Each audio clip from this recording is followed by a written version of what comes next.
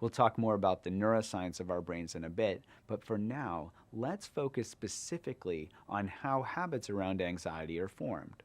We'll call it the habit loop. First, something happens in your life. It could be good or bad. It's called a trigger. For example, what does it feel like when something good happens in your life? Let's use getting a funny text or watching a cute video on your phone as an example. Your brain says, "Oh, that feels good. Do that some more," so you can keep that good feeling going. So your brain lays down this memory. Oh, next time you want to feel good, you should do that again. Now you start to associate that behavior with feeling good.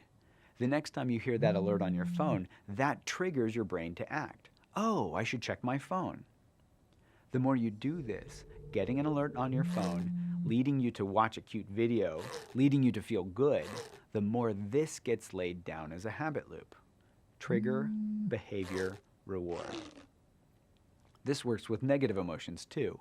Have you ever just thought about how far behind you are on your to-do list? Or beaten yourself up for making a mistake or missing a deadline at school or work?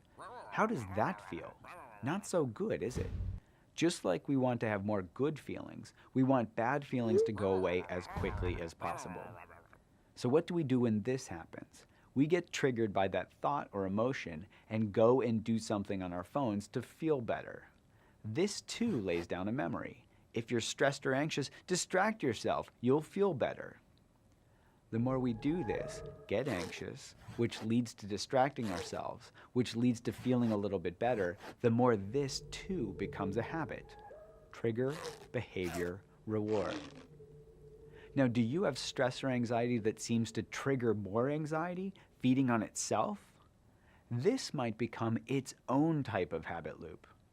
For example, you think of all the things you have to do today. Then you start to worry that you can't possibly get everything done.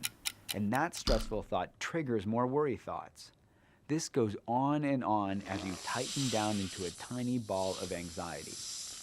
In this case, stress itself can easily become a trigger for out-of-control anxiety. Instead of stress triggering us to get our to-do list done so we feel better, it triggers out-of-control worry thinking. Getting caught up in worry thinking becomes the new behavior in the habit loop. The result? We contract down into that tight little ball of anxiety. That's not much of a reward, is it? So there can be two types of habit loops that can be happening here.